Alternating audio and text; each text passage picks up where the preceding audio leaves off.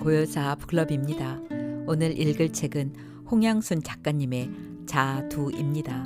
홍양순 첫 번째 소설집 자두의 표제작이며 김유정 문학상을 받은 작품입니다.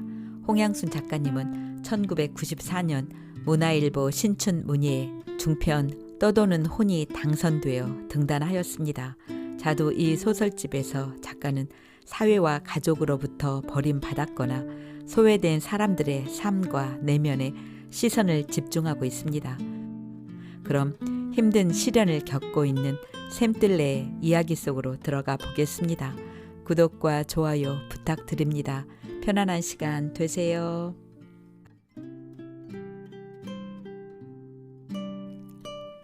자두, 홍양순. 샘들레는 무두질하는 가슴을 쓸어내리며 방 안에 불을 끈다.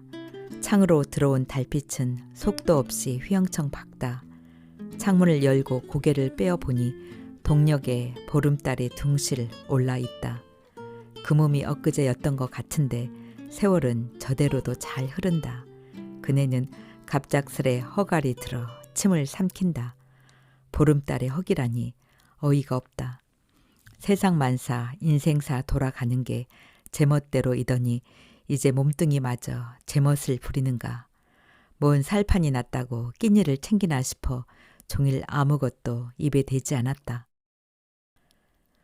좀 전에야 물김치에라도 밥 한 술 말아볼까 하고 냉장고를 열었다가 그나마 애살스러워 그만둔 참이었다. 그네는 이불을 내려 자리를 깐다. 자리하고 누우니 빈집에 허연 달빛만 가득하다. 달빛을 피해 뒤척거리는데 가슴을 아릿아릿 울리는 소쩍새 울음이 달려든다. 살갑고 고자 누룩하게 들리던 그 소리가 오늘따라 유난스레 청승맞다. 마음 형편에 따라 보이는 것과 들리는 것이 다 제각각인 걸 보면 뭐니 해도 마음 편한 게 하늘 아래 으뜸인가 보다. 그렇잖아도 수연이 일로 숨이 끊어지는 터에 작은 집이 그 숨통을 더욱 조여놓는다. 이제 이 일을 어찌 감당해야 할꼬. 우산은 넋을 잃은 듯 조용하다. 어쩌면 부룩 송아지는 목이 잠겨 더 이상 울 수 없는지 모른다. 사흘 밤낮을 어미를 찾아 그리 울어댔으니 아무리 짐승 목청이라 해도 성할 리 없을 게다. 제 주인도 경계해 툭하면 거품 물고 콧바람 풍풍 내뿜는 겁꾸러기 누렁이는 뱃속 제 새끼를 위안 삼아 안도의 숨을 내쉬는가. 그저 어미는 자식 힘으로 살아가는 법인데 열 아들 안 부러웠던 고명딸 수연이 저리 뒤통수를 칠 줄은 몰랐다. 그네는 남편이 알세라 이웃이 알세라 가슴 아리하며 늘 앉은 자리 감장하기에 바빴다. 잠은 다 어디로 달아났는지 요 근래 들어서는 잔둥만둥 밤새 갈비뼈에서 바람 새는 소리만 듣다가 일어나기 일쑤였다. 새벽마다 그네는 저만치 달아나는 잠을 미련 없이 보내버리고 텅 빈 우사 앞에 나와 앉아있곤 했다. 오늘 아침도 우사 앞에서 시름을 달래고 있는데 부룩 송아지가 목이 쉬다 못해 샌 소리를 내며 누렁이 주위를 맴도는 걸 보고는 마음감이 엉겨들었다. 품 안의 자식이라더니 짐승도 어릴 때만 어미를 찾고 저가 어미 될 쯤엔 제 낳아준 부모는 안중에 없을 것인가. 저 어린 것 하는 양을 보면 가당치 않을 것 같다. 주책 없이 눈가가 뜨거워지는 것을 털어내며 그네는 고개를 돌렸다. 윗집의 김씨 내외가 일찍부터 몸 단장하고 집을 나서는 게 보였다. 그리고 보니 창식이 외할아버지의 팔순에 가는가 보았다. 며칠 전 우사의 소들을 다 실어내던 날은 오늘 수연네 집에 목돈 들어오네. 우리 덕도 큰데 한판 크게 낼 거지? 하며 남의 속 모르고 개염스레 넌덕을 떠는 창식 엄마가 밉살스러웠지만 자기네가 집을 비운 동안 황구 밥을 챙겨 달라던 그녀의 말이 떠올랐다. 아들 창식이가 집에 있을 거라면서 그 녀석은 개밥도 하나 퍼줄 줄 모르나?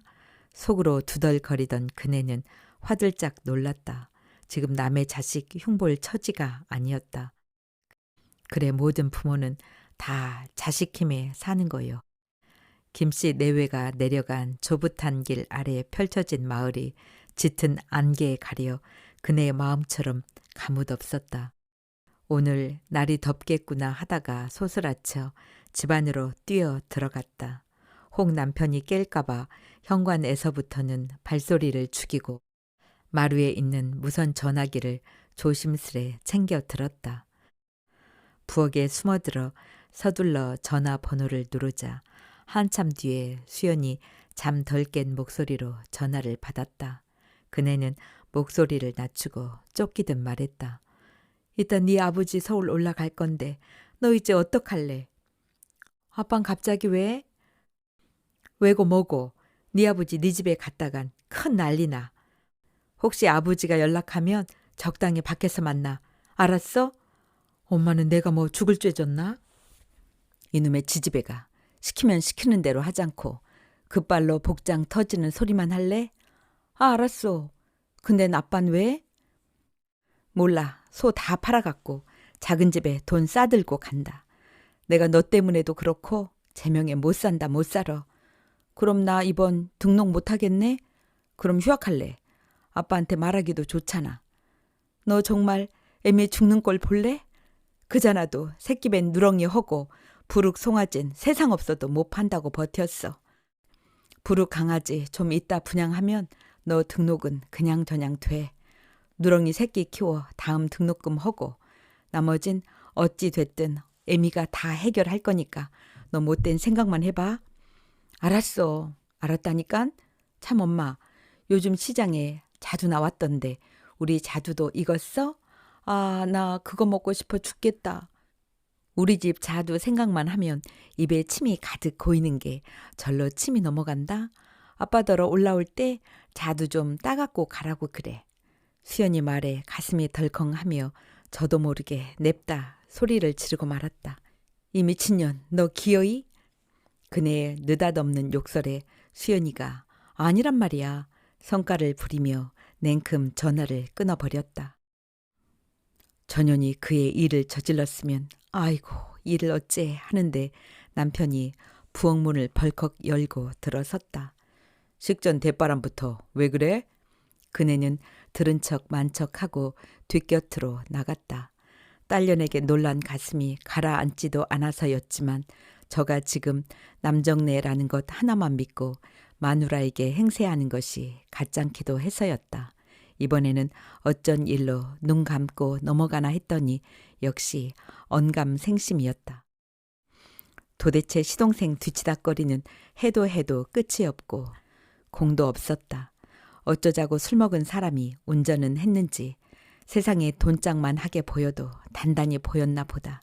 아비가 그런 것도 모자라 아들은 왜 병원에 누운 환자의 보호자까지 두들겨 팼는지 부자가 막가기로 꼭 짬짬이라도 한 것 같다. 그것도 비싼 외제차인지 뭔지를 들이받았다니 집안에 마가 낀 것인가. 돌아간 시어머니에게 살아생전 하노라고 했는데 저승에서 그토록 애지중지하던 자손들도 돌보지 않고 무엇을 하는가. 그네는 돌아간 양반에게까지 원망이 뻗쳤다. 그렇게 아들의 등을 살살 긁으며 해살을 떨더니 죽어서도 큰 며느리 잘 되는 게 시샘 나는지 몰랐다. 그래, 할 테면 양껏 해보시오. 언제 내가 편안 바치며 산 세월도 아니고 그래 봤자 당신 아들도 괴롭지 며느리만 괴롭겠수? 아들 못 낳는다고 그리도 작은 며느리만 싸고 돌며 퍼주지 못해 안달을 떨고 수연이 하는 짓마다 미간을 주름 세우며 손녀딸 길을 꺾어 놓더니 수연이 절이 되니 이제 속이 다 시원하시겠수. 그네는 분간 없이 솟구치는 울화에 더 심사가 사나워져 뒤뜰에 놓인 평상에서 엉덩이를 떼었다. 남편은 저 혼자 아침밥을 차려 먹고 있었다. 식탁 위를 힐끗 훑으니 국도 떠놓고 제법 구색을 갖췄다. 마누라 없어도 굶어 죽진 않겠네 하는 그네의 퉁바리에 남편이 음식을 한 입 오물거리며 되받았다. 소태 씹은 얼굴 풀고 같이 한 숟갈 떠. 성질을 부릴래도 기운이 있어야지. 남편의 말을 떠올리자 그네는 은근히 부하가 치민다. 말하는 뽐새하고는 동기간 챙기듯 제 식구 꾸리는 주변머리가 있었으면 이렇듯 황망하고 기가 차는 일이 생기진 않았을 텐데 어쨌든 남편의 말이 틀리지는 않다. 속을 끓이려도 배가 든든해야 배심으로라도 버티는 것이지 싶다. 그렇다고 이 밤중에 궁상스레 먹을 것을 찾아 일어날 생각은 조금도 없다. 그네는 끙 하고 돌아 눕는다. 달빛도 애잔하게 샘들레를 쫓아 그네의 사시랑이 가슴으로 풍덩 뛰어든다. 오랜만에 집에 혼자 누워 있자니까 살아온 세월이 등뼈 마디마디에서 슬며슬며 피어난다. 농사 짓는 일이 힘들어서 시어머니 몰래 남편 몰래 밭고랑 논고랑에서 흘린 눈물이 몇 함즈는 되었을 것이다. 읍내에 살던 그네가 남편을 따라 시골 동네로 들어온 뒤로 친정 어미는 한동안 딸과의 왕래를 끊었었다. 그네의 초강초강하고 개날픈 몸매 둘이는 시골 살림을 해내기에 누가 봐도 무리였다. 친정 어미로서는 혹 쓰러질지 몰라 노심해서 키운 외동딸이 억센 시골 무지렁이가 되리라고는 꿈에도 생각지 못했을 것이다. 딸은 어미의 팔자를 닮는다더니 자궁의 허에 친정 어미처럼 자식이 귀하거나 그나마 10년 만에 겨우 얻은 딸이 어미 뜻 거스르고 엉뚱한 새길로 뻗가는 것이 영락없이 대물림을 하나 보다는 생각이 든다. 그네는 눈두덩에 얹힌 달빛을 쫓으며 긴 한숨을 몰아쉰다. 그간 시어머니하고 남편의 극성에 땅되기 다 팔아가며 시동생의 밑도 끝도 없는 뒷마기를 하느라 마음 편할 날이 없었지만 뒤늦게 얻은 수연이 영특하게 커가는 재미로 살만한 날들이었다. 또 우사에 소 한 마리씩 채워지는 재미는 좀 쏠쏠했던가. 뼈 빠지게 일하고도 느는 게 빚이라며 남정네는 공장이나 공사장으로 여편네는 식당으로 아예 농사를 집어치우고 너나 없이 마을을 빠져나가 밥벌이를 해도 샘들레만큼은 조상이 물려준 부지런으로 여태까지는 그런대로 잘 꾸려오고 있었다. 시골 일은 개인 사업이고 공사장이나 공장 일은 드난살이 같다는 남편의 평소 생각도 농사일을 지키는데 한몫했다. 이제 그 모든 것이 하늘을 나는 뜬구름처럼 그네의 손에서 멀어지고 있다고 생각하니 5, 6월 땡볕에 호박잎이 축 늘어지듯 온몸의 기운이 스르르 빠져나갔다. 동서는 세상에서 믿는 사람이 제 서방보다 아주버님으로 쉬파리 똥 갈기듯 책임지지 못할 일만 터졌다 하면 득달같이 달려왔다. 젊은 날은 아들을 둘이나 가졌다는 유세로 명절조차 건너뛰던 위인이 참으로 발빠른 행보였다. 남편은 재수에게서 동생의 사고 내용을 듣고 화를 사귀지 못해 한참 동안 울근불근했다. 씩씩대던 남편이 이번엔 웬일로 나도 힘없으니 그냥 몸으로 때우라고 하세요. 한마디 살차게 던지고는 휑하게 나가버렸다. 그네는 옳거니 하고 동서를 불러 앉혔다. 그네 역시 작은 집 일까지 갈망할 마음은 터럭만큼도 없었다. 그래 어쩌자고 시골 총구석에서도 다 드는 보험을 안 들었나? 서방님이나 자네나 참 대책 없는 인사 드릴세. 5천만 원? 어떻게 그 말이 그토록 쉽게 나오나? 공치사 하자는 건 아니네만 나 25세 시집 와서 30년 넘도록 이 집에 헐만큼 했다고 생각하네. 자네 아주버님 절이 나오는 것도 무리는 아니야. 아무리 작은 빌라지만 자네네 살림 내줄 때부터 우린 허리가 휘었어. 보증 잘못 서서 그거 넘어간다고 할 때는 어땠나. 어머닌 그저 작은 아들, 손자들 걱정으로 모시고 사는 자식한테만 성화를 대고 서방님 한때 사업 헌답시고 술 먹고 싸움질해서 거기에다 애까지 뺑소니 차에 치이질 않나. 참 탈도 많고 흉도 많은 세월이었네. 알고 있어요 형님. 그렇다 해서 동서한테 어디 김장 한 해, 된장 고추장 한 해 거른 적 있나? 어머님 똥오줌 받아낼 때도 거른 적 없는 나일세. 내 꼭 받아서 맛은 아니네만 그렇다고 자네한테 빤스 쪼가리 하나 받아본 적 없고 이젠 우리도 살궁리 해야겠네. 동서에게 팬티 한쪽 받아본 적 없노라고 쏘아댔지만 실상 그네가 하고 싶은 말은 따로 있었다. 자네가 수연이를 맡아만 줬어도 어떻게든 짐을 안 지려고 이리 빼고 저리 빼고 하더니 똑똑한 조카 딸년 젖장 만들어서 속 시원하겠네. 아니 잘코 사니인가? 한바탕 울골질이라도 하며 약이 부리고 싶었다. 그러나 수연이 일을 떠벌릴 수는 없었다. 형님 죄송해요. 사는 게 팍팍해서. 입은 삐뚤어져도 말은 바로 하랬다고. 서방님이 자주 사고를 쳐 그렇지. 자네가 특별히 고생한 거야 없지. 집안 살림 하는 걸 농사 짓는 거에 비하나? 또 못마땅한 일 뒷 갈망할 때마다 속이 뒤집어지는 건 겪어보지 않은 사람은 모르네. 자네 역시 민망하고 속상했겠지만 그래도 자넨 나한테 없는 아들을 둘씩이나 낳아 초음 대접받았나? 어이구, 난 달거리 때마다 내 궁뎅이 숨기느라 애달았네. 어머님이 하도 내 궁뎅이만 유념해서. 어찌 같은 여자끼리 며느리의 궁둥이에 그토록 집착을 보였는지. 너 또 달거리 허냐? 지금도 그때의 시어머니를 생각하면 낯이 뜨거웠다. 매달 개짐 빨아 널기가 숨겨놓은 자식 먹여 살리는 일보다 더 힘들었으니 두말 하면 뭐 하겠는가. 아들이면 뭐 해요. 수연이에 비할 바 있나요? 형님은 수연이 졸업해서 학교 선생만 하기 시작하면 부러운 게 없을 텐데.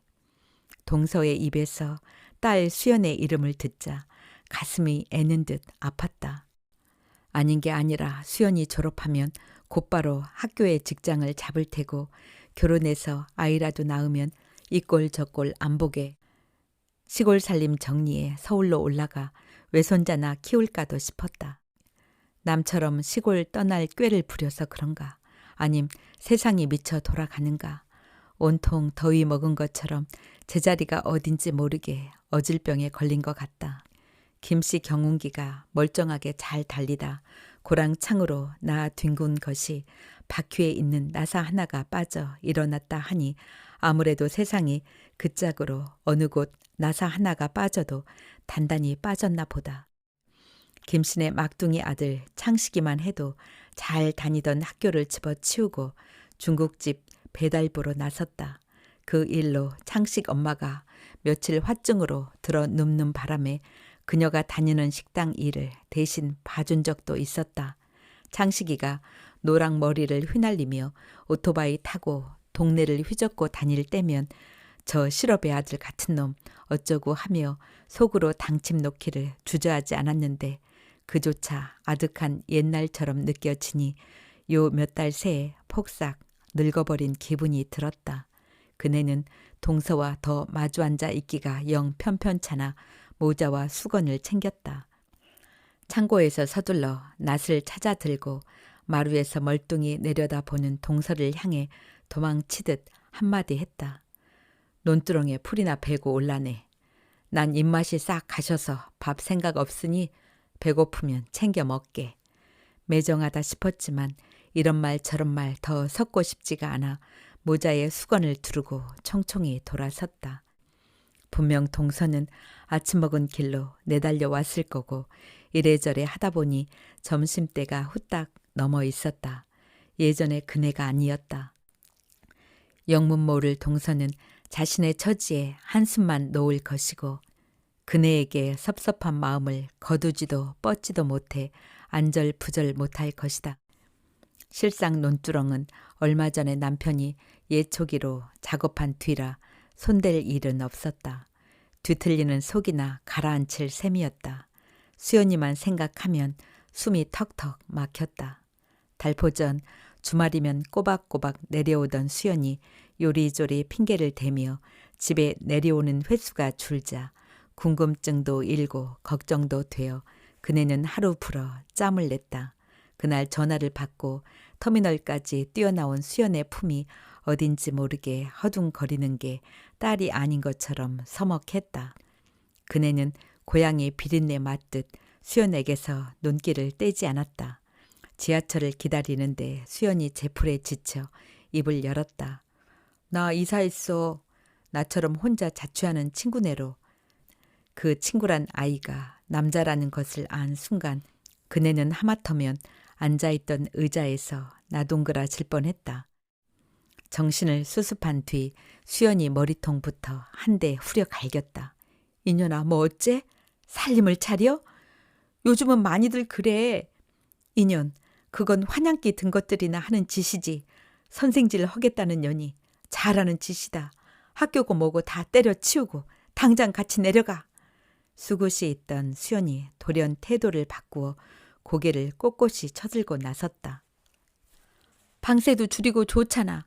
엄마는 내 생활비가 얼마나 부족한지 알아? 엄마가 자꾸 그러면 나 정말 학교 집어치우고 연락도 끊는다. 수연이 연락을 끊는다는 말에 심장이 덜컥 내려앉았다. 저도 몰래 목덜미가 움츠러드는 걸 느끼는데 얼굴 위로 뜨뜻한 눈물이 흘러내렸다. 수연은 어미가 우는 걸 못 보는지 안 보는지 야불야불 계속 어기대었다. 엄마가 우겨서 사대도 간 거야. 교사 말고 딴 거 하고 싶어. 나 휴학할 거야. 이놈의 지집에 이젠 못하는 소리가 없네. 남의 일 해서라도 돈 낭낭히 보내줄 테니까 아무 말 말고 잠자코 다녀. 지금 사는 데가 어디야. 짐 싸들고 빨리 나와. 싫어. 그리고 누가 엄마더러 남의 일 하래? 육실할련 애미 생각해 준다는 게 기껏. 송장 치지 않으려면 국으로 내 말 들어. 시골 아이답지 않게 수연이 뽀얗고 늘씬하다며 좋아했더니 이렇게 일찍 사내 손을 탈 줄은 꿈에도 몰랐다. 어찌 그게 몸매 탓이랴. 세상에 재주넘게 하느라 온통 요절복통으로 놀아나는 걸 그네는 수연이 진로를 앞두고 남편의 뜻을 거스른 일을 새삼 뼈저리게 후회해 본다. 남편은 수연이 혼자 서울에 떨어뜨리는 걸 탐탁치 않게 생각했다. 그때 동생 내외한테 딸 맡기는 일 하나 못 밀어붙인다고 불만만 삼을 게 아니라 남편 말대로 읍내 농협에 취직이나 시켰으면 지금의 이 지옥을 겪진 않을 텐데 이제 와서 되돌릴 수도 없는 일이다. 꼭 호사다마가 아니더라도 자식 키우는 사람은 절대 말이나 생각을 앞세워서는 안 된다는 걸 행여 잘못 될세라 치성 들이듯 조심스러워야 한다는 걸 모르진 않았지만 또 그렇게 하느라고 해왔지만 대체 어디쯤에서 정성을 놓쳤는가. 혀 아래 도끼 들었다는 옛말이 있듯 혹시 창식이나 조카 자식에게 무심코 나온 말이 입찬 소리가 되어 액을 불러들인 건 아닌지 오한처럼 그네 가슴에 찬바람이 휘돌고 지나간다. 아까부터 머리맡에 둥지를 튼 소쩍새 울음이 자꾸만 가슴팍을 후비어 든다. 저놈의 날 것은 애달픈 일이 있으면 저 혼자 사귀든가 할 일이지 왜 남의 애간장까지 점있는지 모르겠다. 우사에 그들먹했던 소를 팔기 전에는 믿는 구석이 있어서 그런지 이렇게까지 막막하지 않았는데 아무리 곱씹어 봐도 남편의 처사가 이해되지 않는다. 물려받은 손바닥만한 전답들이 동생네 밑구멍으로 다 들어간 지가 언젠데 더 이상 못한다고 뻗대도 뭘 할 사람이 없었다. 남편 말 맞다나 이젠 힘도 없는데 속까지 턱 팔아 치우리라고는 결코 생각을 못했다. 동서가 가고 난 다음 날 남편은 몇몇 사람을 데리고 와 우사에 들락거리기 시작했다. 흥정을 놓는 모양이었다. 그네는 어떻게든 이번만은 막아보자는 심산으로 길길이 날뛰었다. 당신이란 인간한테 난 뭐요? 난 이 집에 뭐냐고. 머슴이요? 우리 소들 내가 반 이상 키웠어. 여지껏 동생한테 그만큼 갖다 바쳤으면 됐지. 왜 당신 멋대로 하냐고. 그날 난생 처음 그네는 손에 잡히는 대로 부엌 살림을 깨빡쳐 버렸다. 남편은 처음엔 말릴 염도 못 내고 그네가 하는 양을 담배만 뻑뻑 피우며 지켜보다 저도 이내 북받치는 게 있는지 불붙은 담뱃개비를 마룻바닥에 내팽개치며 소리를 질렀다. 어쩌겠어. 영창에 드앉았다는데 나도 당신만큼이나 속상해 미치겠어. 피부치 같은 저놈들이 안 아까운 줄 알아? 남편은 그네가 잠시 숨을 고르는 사이 에이, 이 징글맞은 세상살이 내가 콱 죽어버려야 속 시원들하지? 하며 획 나가버렸다. 남편이 던진 담배 개비에서 연기가 폴폴 피어올랐다. 그네는 담뱃불을 꺼 마당으로 내던지고는 일없이 호미를 찾아 들고 아랫말로 나섰다. 뭔가 손을 놀리지 않으면 끓어오르는 속이 곧 터져버릴 것만 같았다. 아침 나절인가 했는데 해가 벌써 중천에 떠 있었다. 마을을 지나 아랫말로 넘어가는 고개를 오르는 그네의 등허리에 땀이 돋았다. 여느 때 같으면 점심 먹고 뒷문 앞문 활짝 열어 맞바람 맞으며 짧은 낮잠을 청할 시간이었다. 소설을 앞둬 물큰해진 햇살을 정수리에 이고 밭고랑에 엎드릴 시간은 절대로 아니었다. 마을 사람들을 만나지 않은 게 다행이라면 다행이었다.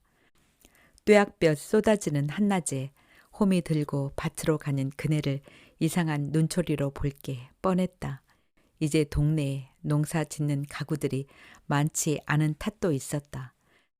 농사에만 매달리는 집은 열대엇 가오 중 너댓 가오도 남지 않았다. 강을 끼고 있지만 산으로 애워 쌓여 원래 너른 들도 없거니와 조금이나마 있는 땅되기는 하나둘 서울 사람의 소유가 되어 간지 오래였다. 서울에서 한강 줄기를 달려 1시간 남짓이면 올 수 있는 이곳 모근리는 그네가 보기에도 어디에 비할 데 없이 주변 경관이 수려했다. 남편이 읍내에 사는 그네를 꿰일 수 있었던 것도 이 빼어난 경치를 내세워 영농 후계자 어쩌고 하며 바람을 넣은 까닭이었다. 한창 새마을 운동이 무르익던 때였다. 농촌도 잘 살 수 있고 도시 못지않은 환경을 만들 수 있다는 장담으로 젊은 시절의 남편은 그네의 불안을 잠재웠다. 새마을 홍보 영화도 그의 장담을 거들었을지 몰랐다. 그처럼 잘 사는 농촌을 꿈꾸던 모근리가 이제는 서울 사람들에 밀려 모양새가 완연히 달라졌다. 샘들레 뒤란에 끊임없이 퐁글퐁글 솟아오르던 다지단 샘물이 언제부턴가 조금씩 잦아들다 이내 그네의 발 뒤꿈치처럼 쩍쩍 갈라져 버렸듯이 강을 앞에 둔 밭들은 사시락말, 새말 하는 이름 대신 인터아트 리버빌, 남한강의 아침 등 그럴듯한 편말을 달고 전원주택 단지로 새록새록 태어났다. 진입로에는 번쩍번쩍한 스테인리스 안내 표지판까지 장승처럼 버티고 있어 마을 사람들은 그 앞을 기웃거리는 일에조차 쭈뼛거리곤 했다. 하긴 그곳은 하버드인지 어딘지 미국 유명한 대학교를 졸업했다는 이가 만든 작품이라고 방송국 차와 기자들이 찾아와 북새지를 놓았던 곳이기도 했다. 집이면 집인 것인지 사람 사는 집에 작품은 또 무슨 소리인지 그네로서는 도통 이해가 되지 않았다. 외지인의 주택단지가 그렇게 마을과 떨어져 있으면 차라리 나았다. 농사를 짓는 것도 아니면서 동네 안으로 들어오는 치들도 있었다. 머지않아 마을을 통째로 다 외지 사람에게 내줘야 할 날이 올지 몰랐다. 공일이면 광나는 차들을 끌고 몰려와 고기 지글지글 구워 술이나 마시며 떠들어 대다가 다음날 집 앞에 소주병이나 수북이 쌓아놓고 사라지는 위인들이었다. 젖을 대로 할 말은 있겠지만 또 남의 일에 흥이야 항이야 할 바가 못 되었지만 도무지 마을에 도움이 되지 않을 사람들이라는 것은 누가 봐도 뻔했다. 그네는 이마에 흐르는 땀을 수건으로 씻어내며 아랫말로 내려섰다. 이른 아침이었으면 강에서 피어오른 물안개로 등마루가 다 뭉개져 있을 앞산이 햇살을 받아 굽이굽이 뿌옇게 펼쳐졌다. 능선을 넘으면 늘어서 있는 고압선 철사 다리들이 오늘따라 도시로 내달리듯 볼성 사납게 위세를 부려 절로 인상이 찌푸려졌다. 오히려 해오라기 몇 마리가 논바닥을 헤집는 모습이 생뚱맞게 보이는 게 좋아였다. 바람이 건들 불어오자 물오른 벼포기가 살랑 은빛을 뿌리며 무심하게 이파리를 흔들었다. 그네는 또 우라통이 터져 잠시 눈을 감았다.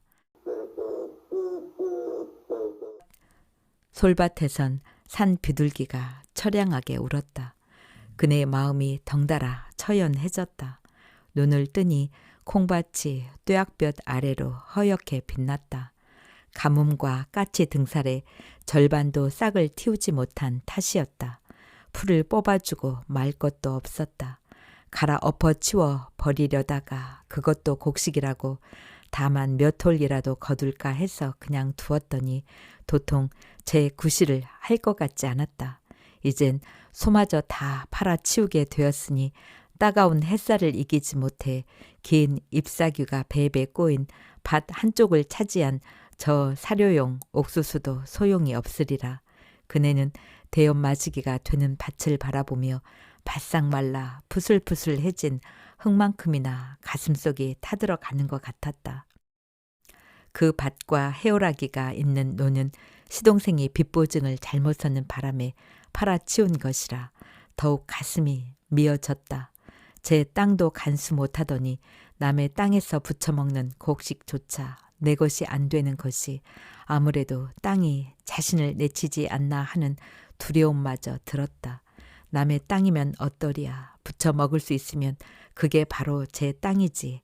하루에도 12번씩 뒤집어지는 마음을 달래곤 했는데 이제야 하늘의 뜻을 깨달은 것 같아 가슴이 선을 해왔다. 분복이 요만큼밖에 아닌 것인가. 남편이 걸핏하면 큰 소리 치던 말도 이젠 공연불이 되고 말았다. 20두가 머지 않았어. 종자 좋은 놈으로 두어 마리만 남겨놓고 금에 맞는 땅 한번 골라보자고. 그네는 맥없는 한숨 대신 이마에 맺힌 땀을 모지락스럽게 닦아내고는 똥옆에 너댓고랑 심어놓은 고구마 밭에 자리를 잡았다. 고구마 순을 꽂아놓고 수연이에게 다녀온 뒤로 혼을 빼고 있는 동안 쇠 비름이 고구마 줄기보다 더 무성하게 올라와 있었다. 노란 꽃까지 달고 있어 빨리 뽑아주지 않으면 온통 쇠비름 천지가 될 기세였다. 수연이가 좋아해 밭 가장자리에 부룩을 박은 찰 옥수수도 쇠비름에 묻혀 고개를 내밀지 못했다. 그네는 시름을 달랠 겸 호미질을 서둘렀다. 쇠비름은 봄비에 걸음발을 받아 검붉은 줄기가 살찐 지렁이처럼 통통하고 실했다. 갓 시집 왔을 때만 해도 풀을 뽑다 지렁이가 나오면 온몸에 소름이 쪽 끼치곤 했다. 손 서툰 낯질에 지렁이가 두 동강 나 요동을 칠 땐 얼마나 기겁을 했던지 이제는 지렁이를 동강 내는 일도 거의 없고 어쩌다 그리 되었을 때는 미안하다 하며 흙을 덮어줄 수 있는 여유가 생겼건만 이젠 농사일도 그 무엇도 세상만사 귀찮은 생각만 들었다. 수연이에게는 다 알아서 하겠노라고 아무 생각 말고 학교만 잘 다니라고 큰 소리를 쳤지만 어찌 해야 할지 여간 갑갑하지가 않았다. 맥이 빠져 무념하게 앉아 호미질을 멈추지 않고 있는데 바로 손끝에서 검은 고양이가 획 뛰쳐나갔다. 아마 들 고양이가 더위를 피해 밭고랑에 엎드려 있었던 것 같았다. 놀랐을 법한데 그네는 아무런 느낌이 없어 오히려 그런 자신이 남을 보는 것처럼 낯설었다. 워낙 이일 저일 많이 겪다 보니 웬만한 일에는 놀라지도 않나 보았다.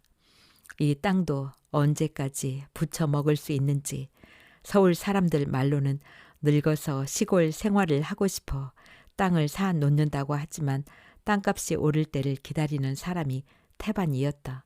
언제고 땅 주인이 바뀌어 당장 집을 짓겠노라 하면 그만이었다. 실상 그네가 짓는 농사는 죄다 남의 땅을 붙이는 것이라 밭주인 말 한마디면 두 손 털어야 하는 빈 쭉쟁이 신세였다. 농사 짓는 일은 백날 해도 돈이 안 된다며 땅을 넘긴 토박이들은 읍내로 나가 이러저러한 장사를 벌였다. 송충이는 솔잎을 먹어야 한다는 옛말 그러지 않게 손을 털고 소식마저 끊기는 사람이 늘어갔다. 그나마 집을 마을에 남겨둔 사람들은 텃밭이라도 가꾸며 공사장이나 식당으로 나갈 수 있었다. 그것도 집터에 여유가 있을 경우였다. 윗집 김씨네는 달랑 집채뿐이라 하다못해 푸성퀴 하나조차 읍내에서 장을 봐와야 하는 형편이 되어버렸다. 김씨가 갑자기 정수기 대리점을 해보겠다며 나섰을 때 창식 엄마는 미련 없이 논밭을 처분했다. 예전에는 농사일에 욕심이 많아 그네보다 고추 농사 하나만 잘못 지어도 시샘으로 입이 툭 붉어지던 여자였다. 김씨네 여울밭 밭은 제법 금을 쳐받았다는 말이 있었지만 거기에서 얼마나 건질 게 남았는지 아는 사람은 없었다. 트랙터와 콤바인을 구입한 융자금을 못 갚아 농협에서 대출금 독촉이 심하다는 소문이 나돌고 있었다. 소 키우는 것보다 힘이 덜 드는 기계 품파는 일을 하는 게 낫겠다 싶어 머리를 쓴 일이었다. 김씨가 그 일을 시작하고 얼마 지나지 않아 작정이나 하고 있었던 듯 마을 사람들은 하나 둘 농사에서 손을 떼어갔다. 때맞춰 나라에서도 벼농사를 안 지으면 돈으로 보상하겠노라는 해괴한 법을 발표했다. 김씨네가 정수기 사업에 실패하면서 그네에게 문제가 된 것은 우사에서 장사진을 치는 팔이었다. 예전에는 시골집에 소 키우는 일이 조금도 탓할 거리가 아니었다. 더구나 산을 등진 언덕배기에 마을과 새 떨어져 위아래로 두 집이 사이좋게 자리 잡고 있는 터라 전혀 문제될 게 없었는데 김씨네가 읍내에서 돌아오고부터는 소똥 냄새와 파리 때문에 못 살겠다며 으드등 거리기 시작했다. 그네가 나중에야 깨달은 것이지만 딸 수연이 김씨네가 들어오던 시기와 맞물려 서울에 있는 명문 대학에 턱하니 붙은 것도 김씨네 아들 창식이 학교를 그만둔 것도 이유라면 이유가 되었을 것이다. 들리는 말로 마을에서 수연이 합격 축하 플래카드를 동네 초입에 내걸자는 의견을 유독 김씨네가 반대했다고 했다. 그러잖아도 기죽어 사는 사람이 많다는 것이 그 까닭이었다. 그때 그네는 생각을 풀쳐 머리 싸매고 누운 창식 엄마 대신 식당 일도 봐주고 집에서 나는 것은 소소한 것 하나라도 무엇이든 윗집과 나누었다. 그 덕에 진정서에 도장 받으러 다니며 동네 안에서 소 못 키우게 하겠다던 창식 엄마의 시퍼런 서슬이 가라앉았다. 창식 엄마가 그네 텃밭을 제것 드나들듯 이미로워졌을 때는 오히려 작물을 다른 집에 나누어 주는 것까지 아까워해 그네를 황당하게 하기도 했다. 작년 이맘때 어느 날 인간은 새빨갛게 잘 익은 자두를 마을에 한 소쿠리씩 돌리자 기어이 창식 엄마가 그네를 말리고 나섰다. 나 같으면 자두만큼은 절대 이리저리 안 나누어 그거 자식복 흐트리는 거요.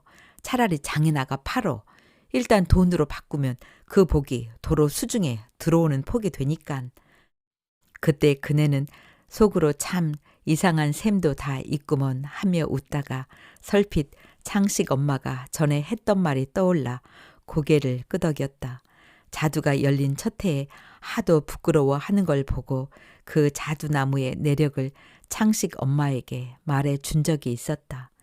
수연이 갖고서 꿈을 꿨는데 생전 본 적도 없는 노파가 뻘건 자두를 한 광줄이 주잖아. 받을 데가 없어 할 수 없이 입고 있는 치마를 걷어 담았지. 아무리 담아도 끝이 없는 거야. 그 광줄이 밑이 안 보이는 거 있지. 시어머니가 태몽이라며 딸이 분명하다고 10달 내내 눈을 얼마나 흘기던지. 근데 낳고 보니 신통하게 진짜 딸년이더라고. 딸을 낳은 죄로 채 3, 7일도 산 구안을 못 받고 친정에서 불려오며 그네가 남편에게 부탁한 것은 자두나무였다. 울타리에 자두나무를 심고 싶다고 했다. 어쩌면 지치지 않고 잘 살아 보세를 외쳐대는 새마을 영화에서 보았던 것을 따라 했는지도 모르겠다. 남편은 군소리 없이 그네 말을 따라 주었다. 시어머니는 영문을 모르고 진즉 심을 걸 그랬다며 좋아해 돌아선 그네의 입을 비죽거리게 했다. 자두나무는 수연이 나날이 뽀얗게 자라나듯 병충해 한 번 치르지 않고 튼실하게 자랐다. 매 가을에 우사에서 나오는 퇴비를 깔아주는 게 고작인 것에 비하면 기특한 일이었다. 그네는 창식 엄마에게 살짝 웃어주고 의연하게 자란 자두나무를 바라보았다. 한들거리는 담록색의 얇은 이파리 사이로 과실이 주렁주렁 매달려 간택을 기다리는 것처럼 한껏 자태를 뽐내고 있었다. 짙은 자홍색으로 껍질에 허옇게 분이 난 놈, 주황물이 누렇게 들어가는 놈, 아직 푸른 기운으로 앳돼 보이는 놈들로 빽빽한 나무 가지는 금세 찢어질 것처럼 바닥으로 늘어졌다. 67살이 되면서부터 수연은 자두가 익는 여름 내내 그 나무 밑에서 살았다.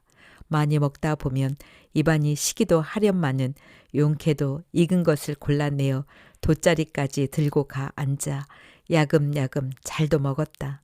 배가 부르면 그냥 그 자리에 엎어져 잠이 들 때도 있었다. 그런 수연을 두고 시어머니는 별종을 다 뽑아 놓았다고 이죽거리곤 했다. 접대도 말했지만 수연네 저 실한 자두나무 볼 때마다 또 수연이 크는 것 같아. 나무에도 기운이 있나? 어쩐지 저 나무가 수연이를 키우는 것 같다니까. 나 같으면 누구 몰래 고사라도 지내겠다. 막걸리도 한 대 부어주고. 창식 엄마의 말이 옳을지 몰랐다. 자두는 수연이의 여름 양식이었고 둘도 없는 동무였으며 또 수연이 그 나무 그늘 아래서 초경을 맞기도 했다. 그러나 한없이 부러워하는 창식 엄마에게 장단을 맞추며 잘난 척 할 수는 없었다. 창식네도 참 내 살다 나무가 애 키운다는 소린 처음 듣겠구만. 쓰잘데없는 소리 말고 혹 알아? 창식이 기술 잘 배워 궁궐 같은 중국집이라도 낼지. 자고 나면 강변을 따라 으리으리한 음식점들 생겨나는 거 보자너. 참 토박이인 창식네가 더 잘 알겠네. 아랫말 넘어가는 고갯마루에 옛적에 주점이 있었다면서? 왜 개천 위로 다리 놓였을 때 거기서 주점하던 양반이 읍내 1등 부자라대? 노인네들이 우리 모근니는 명당 자리라 인물이 많이 난대잖아. 여자가 잘나봐야 수연이 학교 선생 해먹는 건데 요즘 세상에 그런 걸론 명함 못 내밀어. 우리 창식이 애미 환장하는 일만 안 만들어도 효자지. 말이라도 고맙네. 창식 엄마의 어깨를 토닥였지만 창식이 아무리 그리 된다 해도 중국집 사장보다 학교 선생이 100번 낫다고 그네는 흠흠해지려는 낯빛을 감췄다. 아무렴 자식 잘 되는 일에는 덕을 베풀어야지. 창식 엄마가 시키는 것처럼 자두를 내다 팔 생각은 추워도 일지 않았다. 언제부턴가 마을 여편네들은 울에 올린 강낭콩이나 애호박이 여물기가 무섭게 장에 내다 팔기 시작했다. 도르리로 음식 나누며 해 낙낙하게 웃음 피우던 일은 옛날 이야기가 되어버렸다. 그래도 세상 사는 정리가 그게 아닌데 해서 그네는 이 집 저 집 문전을 바장거려 보지만 여편네들은 시트하게 대하거나 무엇이든 금방 새들해지며 예전 같지 않았다. 하긴 모내는 날 새참이나 들밥을 바리바리 머리에 이고 가던 풍경 또한 과연 그런 시절이 있었는가 싶게 까마득했다. 어쩌다 폼을 사도 자장면 한 그릇으로 좋겠고 콤바인이라도 들이대는 날 보신탕을 배달시켜 소주를 곁들이면 인류 대접하는 셈으로 치는 게 요즘의 풍속이었다. 도시 농촌 구분 없이 살게 해주겠다더니 서로 얼굴 마주치기도 힘든 세상이 되어 이젠 정말 농촌 도시가 따로 없었다. 갈수록 인심과 체면만 사나워져 빚을 내면서라도 서로 겨루듯 지푸도 사들였다. 사실 시골 살림에 트럭만 있어도 감지덕지인데 경운기에다 오토바이까지 탈 것들이 수두룩하니 잘 살기는 잘 사는 일이었다. 모든 게 도시물 덕분이라고 그네는 쓴 웃음을 지으며 돌아 눕는다. 한참 동안 방바닥에 베긴 엉치 등뼈가 얼쩍지근하다. 몇이나 되었나. 잠을 잤는지 꿈을 꾸었는지 아니면 생각을 그토록 오래 했는지 어리마리한 중에 천근만근 무거운 눈꺼풀을 힘겹게 들어 올린다. 방 안이 어두운 걸 보니 보름달은 벌써 뒷산을 넘었나 보다. 쉰 전만 해도 잠이 안 오면 허연 보름달 밑에서 콩도 꺾고 소들이 만나게 먹는 모습이 하도 좋아 새꼴을 베러 한밤중 무서운 줄 모르고 쏘 다녔었다.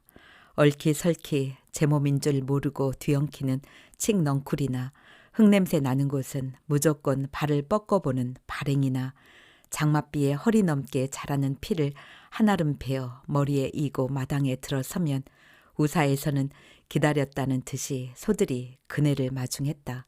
어슬렁어슬렁 제 주인을 향해 걸어오는 놈들을 보면 마치 제 새끼 젖 몰리는 어미 마음이 되어 얼마나 푸근했는지 놈들이 우물거리는 입을 보면 속이 다 시원해지며 싱싱한 초록물로 채워지는 것 같았다. 그네는 허망해지는 가슴을 쓸어내리며 깊은 숨을 끌어낸다. 그렁저렁 새벽이 머지않은 듯한데 하룻밤이 긴긴 세월을 건너온 것처럼 까마득하게 느껴진다. 잠은 뒷곁 어디쯤에서만 서성일 뿐 통 집안으로 들어올 생각을 하지 않는다. 짓눌린 숨을 또 끌어올리는데 마을 아래쪽에서 귀청 터트리는 오토바이 소리가 단숨에 그네의 집 앞으로 달려든다. 한 대가 아니다. 하마터면 심장이 멎는 줄 알았다.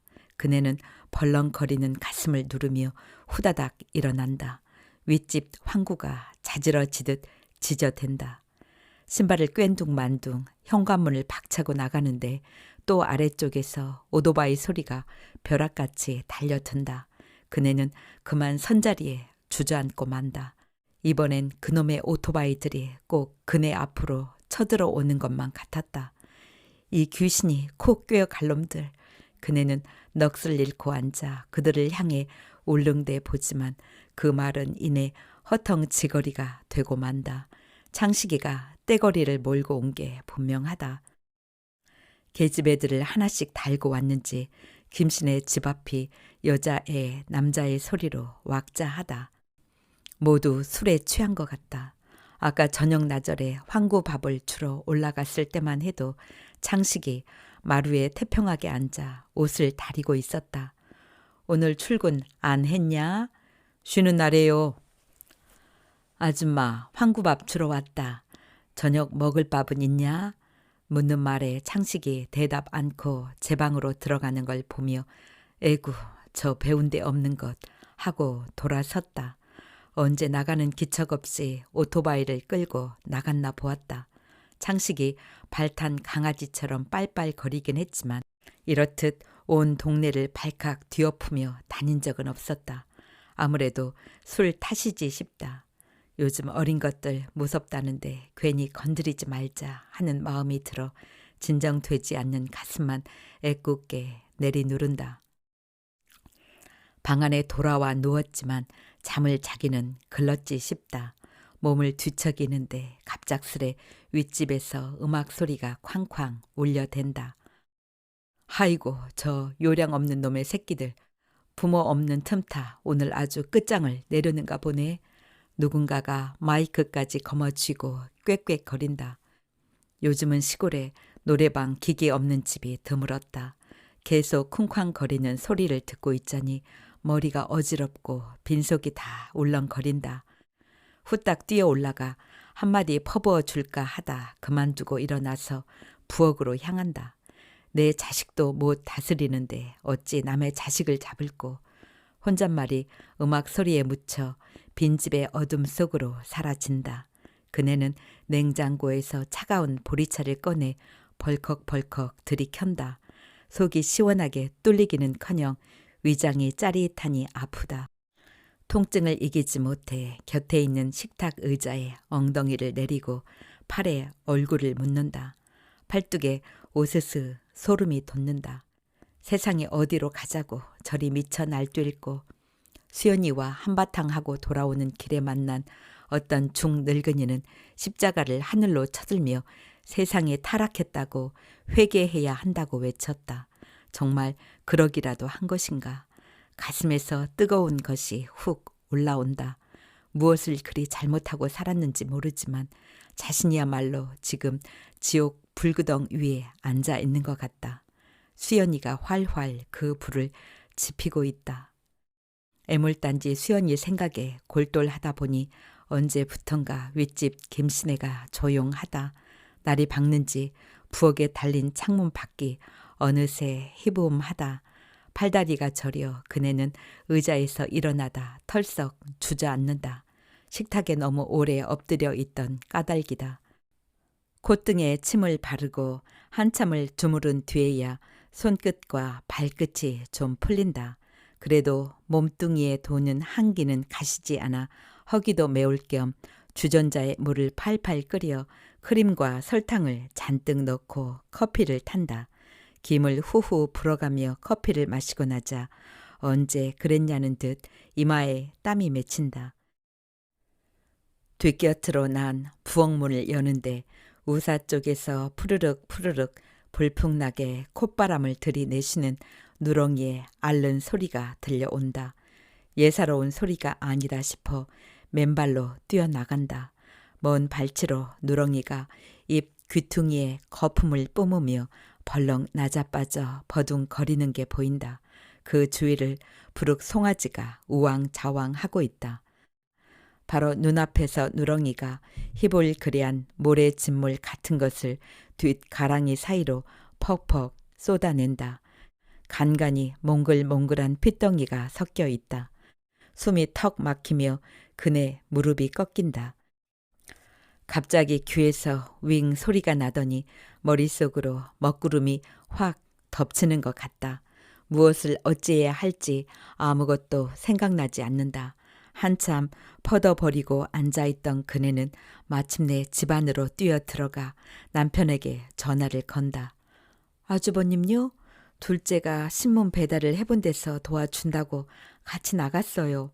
동서의 말에 그제야 번쩍 정신이 돌아오며 가슴팍에서 불이 치솟는다. 제 집꼴은 어찌 돌아가는지 모르고 오지랖 넓은 인간. 내려오지 말고 그냥 거기서 살라고 그래.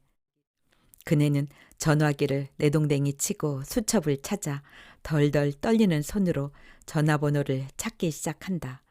어딘가에 누렁이를 수정시켜준 수의사 전화번호를 적어 놓은 게 분명 있을 텐데 눈에 띄지 않아 바작바작 애가 탄다.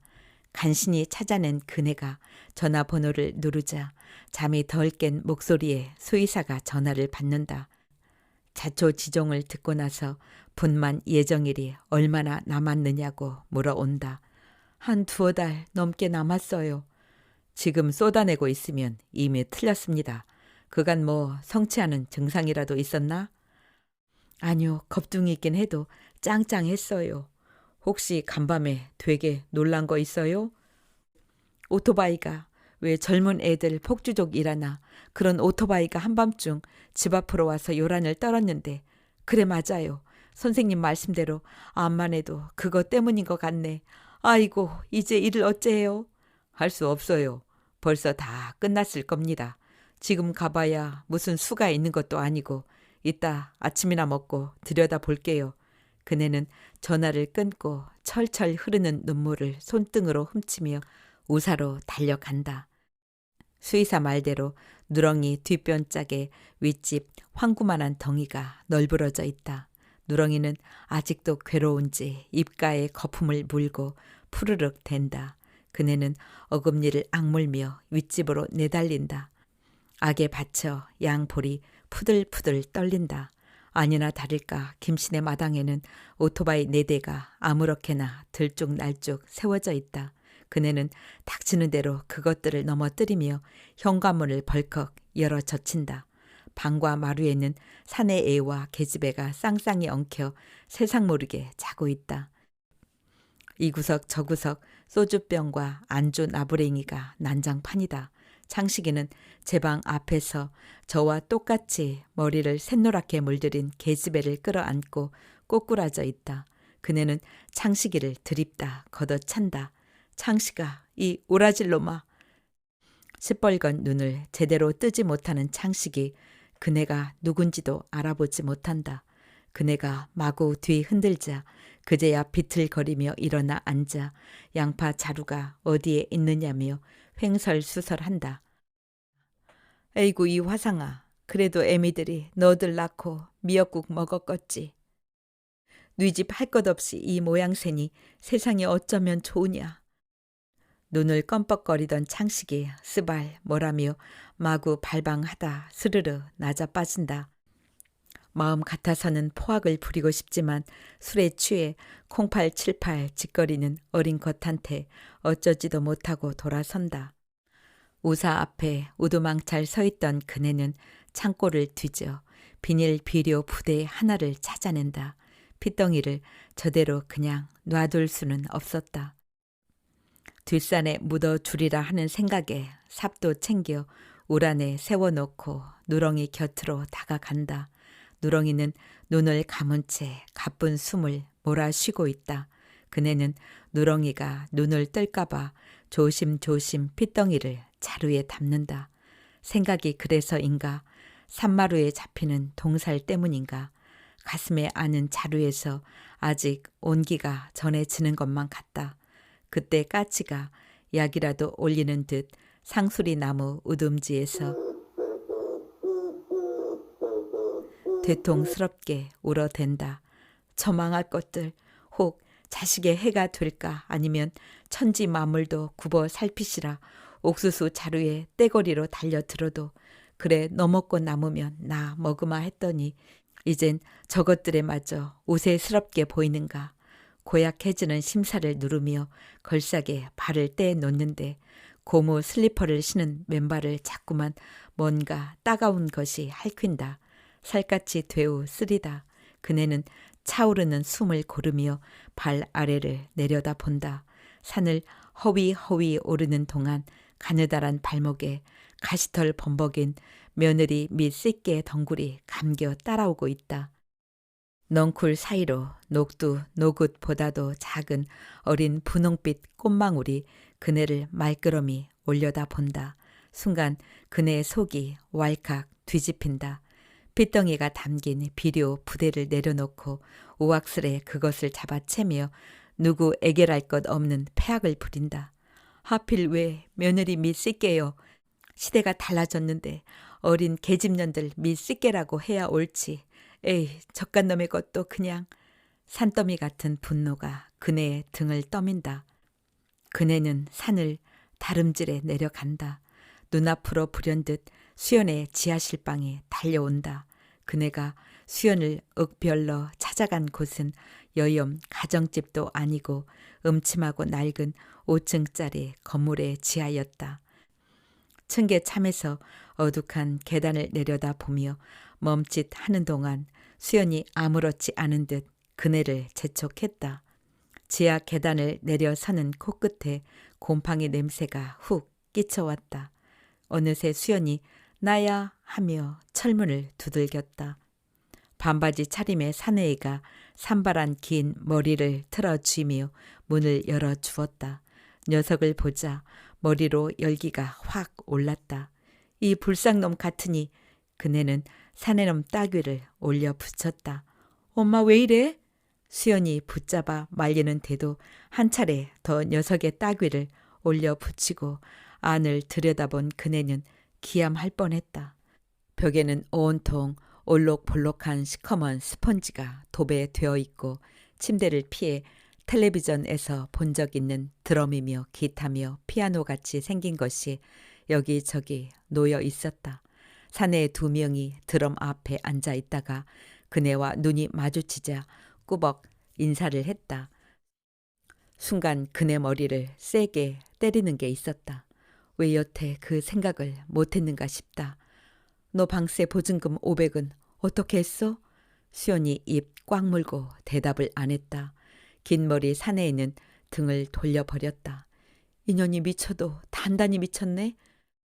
그자나도 휴학하고 채워 놓으려던 참이란 말이야. 무엇이 어쩌고 어째?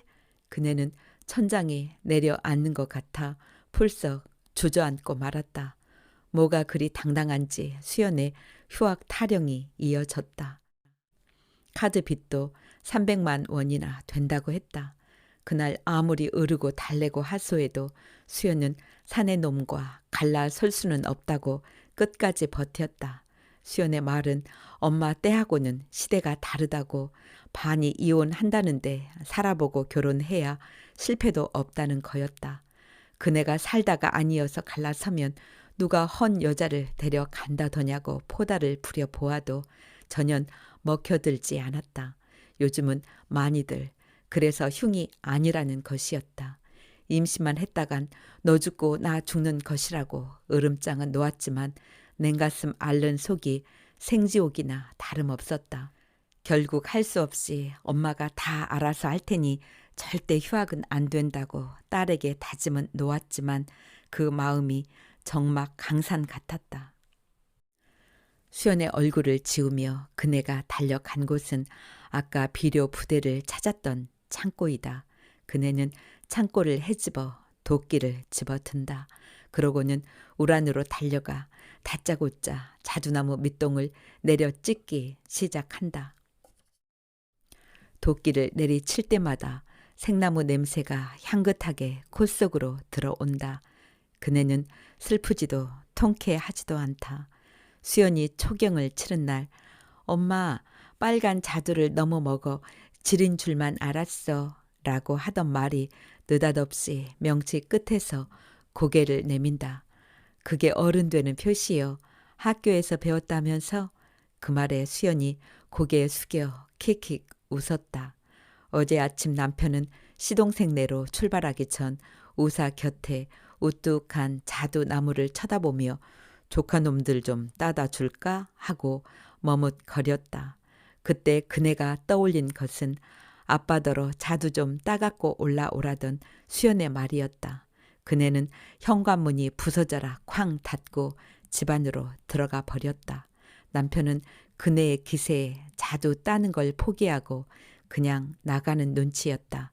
그네는 숨이 턱에 차 헉헉거리면서도 도끼질을 멈추지 않는다. 잘 익은 자두 알들이 우사 함석 지붕 위로 그네 발 밑으로 후드득 후드득 떨어진다.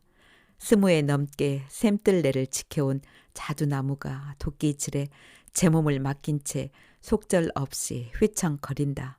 그네는 더 힘껏 도끼를 내리친다. 그때 갑자기 도끼날이 휙 빠져 달아나고 그네는 빈 도끼 자루를 쥔 채 엉덩 방아를 찢는다. 언제 울 안에 있었는지 부룩 송아지가 떨어진 도끼날에 맞아 팩 쓰러진다. 아이고 부르가. 벌떡 일어나던 그네는 뭉클어진 자두에 미끄러지면서 또 엉덩 방아를 찢고 만다. 이내 또 일어난 그네가 이번엔 우사 울타리를 거침없이 넘는다.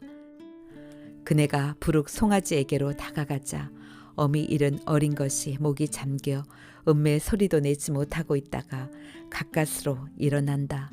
쩔뚝쩔뚝 우사 쪽으로 걸어가는 부룩 송아지의 뒷모습을 보다 그네는 끝내 통곡을 터뜨린다.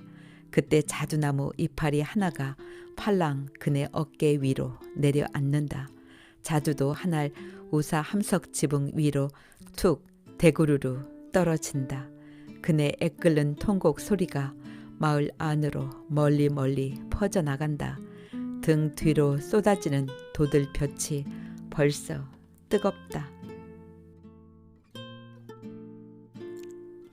이야기는 여기까지입니다.